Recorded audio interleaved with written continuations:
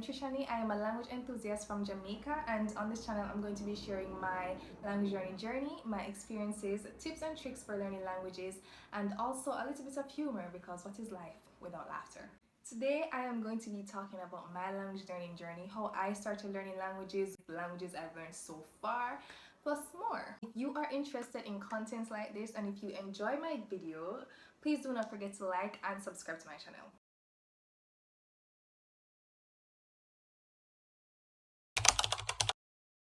The first time I was ever introduced to learning languages, I was in high school. We were required to do Spanish in the 7th grade. For some reason, I hated it. When I got to the 8th grade, we started learning French. I fell in love with French, and I did French at the C-Sec level. Then I stopped. I didn't do French until I got to university. I did not plan to do it at all. It was the pandemic and I saw everyone talking about Duolingo, so I wanted to try this app for myself. At that point, I genuinely believed that if I continued doing Duolingo exercises every day, I would become fluent in French.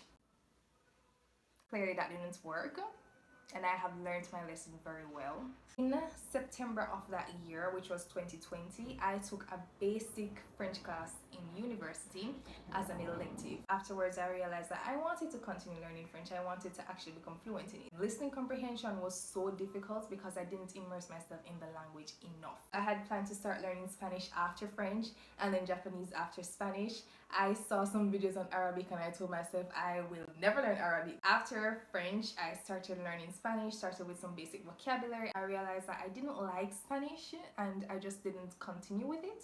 Throughout 2021, I didn't do much French. I fell off of my language learning routine. I just went through the entire year without really immersing myself much in the language. I did follow a few accounts on Instagram just to keep me updated with it so that I wouldn't lose everything. But that was as far as my language journey went. In 2021, I really didn't do anything. Fast forward to 2022, I started reading again in April. I was in a reading slump for years. The books I was reading were based off Arabic culture, so I got introduced to the language. Because the words and the names were so different, I had to consistently be researching how to pronounce the words. I realized that I was very fascinated by the language. One day I just wanted to hear what it sounded like. I listened to a song, I looked for the lyrics, and I was really confused because I just couldn't understand how these symbols could translate to sounds, which then translated to words. I researched the alphabet. I learned every single letter of the Arabic alphabet. At this time, I was preparing for my final exams, so every time I took a break from studying, I would practice the Arabic alphabet. I also started learning Egyptian Arabic instead of only, what's it called? Oh my gosh.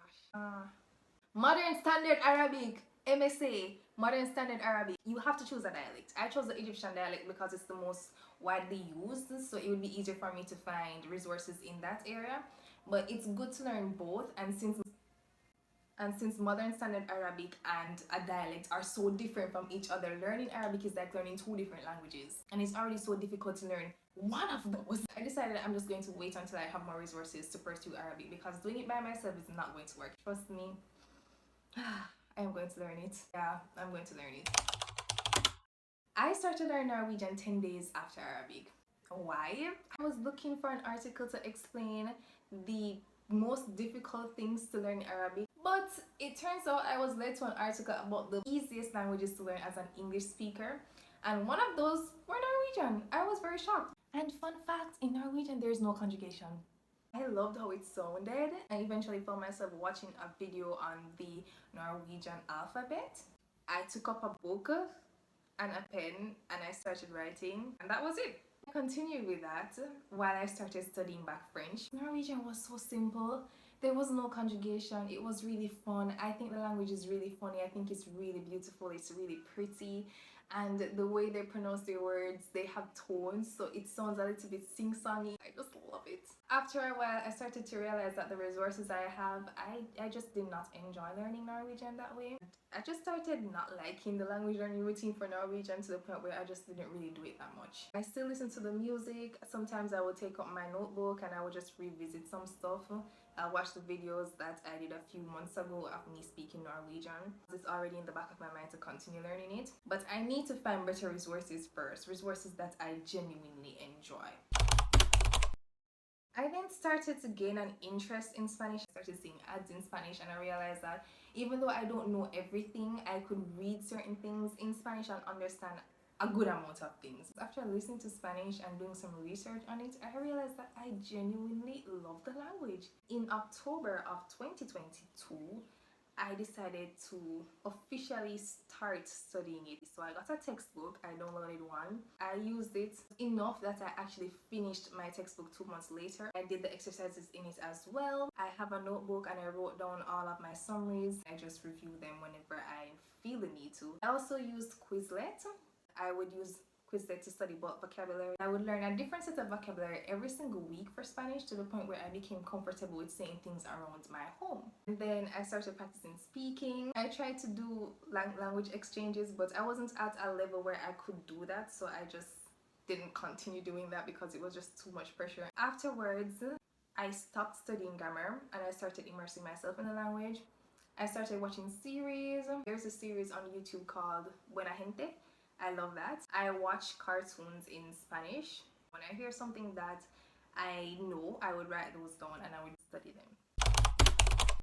After I decided I wanted to learn Spanish and I was learning it, I realized that I was interested in learning German. I want to visit Germany and I also would like to study there in the future. I decided that I would start learning German from now. And also because it's a Germanic language like English, it does have some similarities to English, but I realized also that it has some similarities to Norwegian. For example, those two languages have 3 different genders.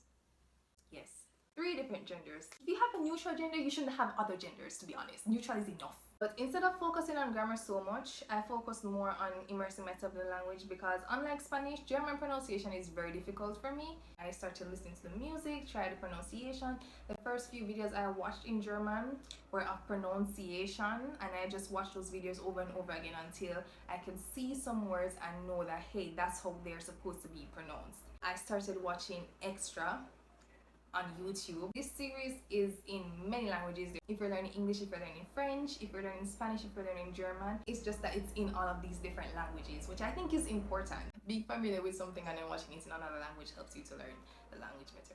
I started watching Extra and I will make a note of the things that I think I could use in my daily life. I put them in Quizlet and I'll just listen to the Quizlet over and over again until I get used to the pronunciation. I also love listening to music. I learned the lyrics and I try to sing along as well to help me practice my pronunciation. So language, German is my baby language. I am very inexperienced in it. It's different.